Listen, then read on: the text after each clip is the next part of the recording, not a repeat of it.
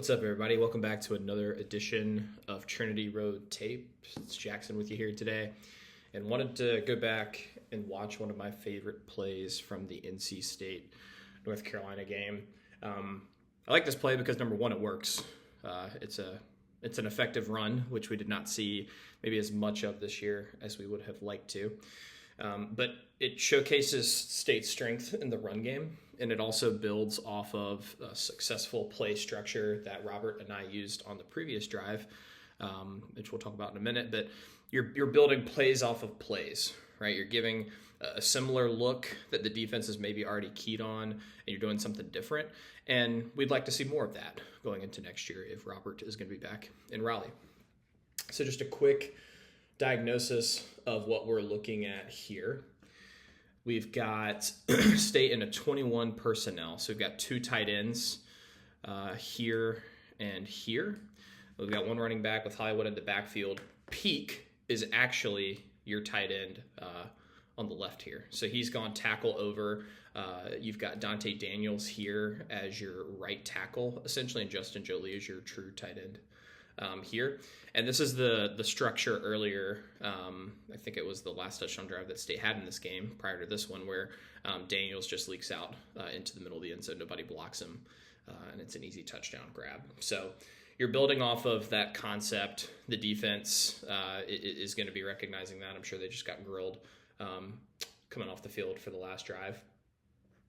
We're actually going to get Noah Rogers in motion across the formation here. And what I like about how this is structured is you've got a lot going on. So you've got the two tight end piece that we just talked about. You've got Dante Daniels, who is a threat. CJ Bailey and Hollywood are set in this pistol formation. And Bailey's been running a lot this game. So I think at this point he's had 7 or 8 designed QB runs. You've got to account for him in the run game here. You've also got Hollywood, who is in, again, this pistol look. So State could run him to the right, where you've got some extra a blocker over here. You could run him to the left. You could fake the handoff, and Bailey could boot. And then you've got Noah in motion. So there's a lot going on here that the defense has to account for. And I'll let this run once all the way through. Let me get this in slow motion first, so we can watch it in all of its glory here. So you get that motion from Noah. You can see on the top part of your screen here that there's 4 guys that are already kind of out of the equation because they're following these arc blocks from State's 2 tight ends and Noah faking the jet sweep. And then if you start to look towards the play side, the bottom of your screen, you've got this massive wall that gets built, and it's a beauty. We'll let this play out this time. If I can get my annotator to go away. Hollywood, in his announcement to come back, said that inside zone is his favorite run. He feels like he could be more decisive, really hit the hole, and not really have to think as much. And you see a lot of that natural talent here. Really excited that he's going to be back in Raleigh. But I want to go back and spend a little bit more time play side. We could see towards the middle, of the formation here. Zeke Carell is doing a great job getting this reach block. He's actually comboing with Anthony Carter. They do a great job of doubling to the backer here, which is something that State has struggled with their center guard combos this year. So you get to see that on display. Anthony Belton has been, I think, underrated this year by a lot of the fans. He does a great job taking his guy out of the picture. And what you get is this beautiful crease on the play side. Man, this annotator's really giving me some trouble here.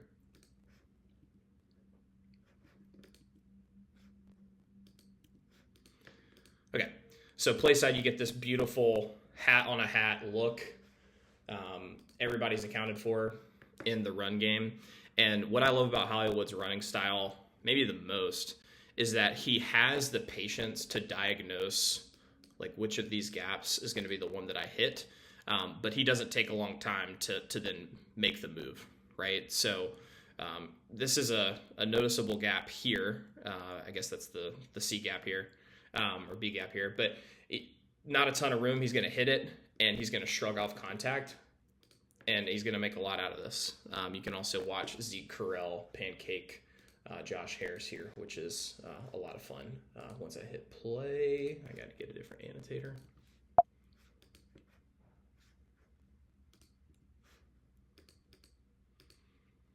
But again, it's a workable gap, but there's not a ton of room here, and he's just going to hit this.